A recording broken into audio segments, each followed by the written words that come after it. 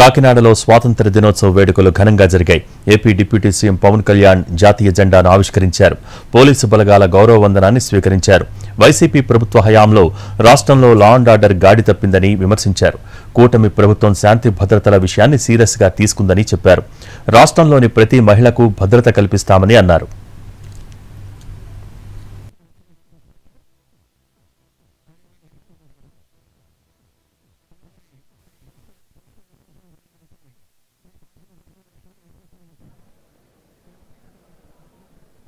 Law and order గత ప్రభుత్వంలో చాలా క్షీణించిపోయింది. మన ఉమ్మడి కర్నూలు జిల్లాలో 10 ఏళ్ల పాపని ఇంకా పూర్తిగా 18 ఏళ్ళు రాని పిల్లలు 14 ఏళ్ళు 13 ఏళ్ళ పిల్లలు ఏ విధంగా మనకి మానానికి భంగం కలిగించేలా ఎలా ప్రవర్తించారో మనందరికీ తెలుసు.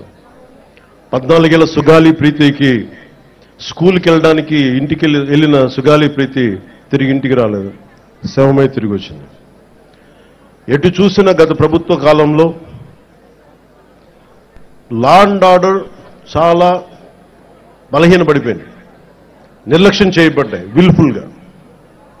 ఈ ప్రభుత్వం లా అండ్ ఆర్డర్ని చాలా చాలా బలంగా తీసుకుంటుంది. ఇక్కడ లా అండ్ ఆర్డర్ సరిగ్గా లేకపోతే పెట్టుబడులు వచ్చినా కానీ వెనక్కి వెళ్ళిపోతాయి.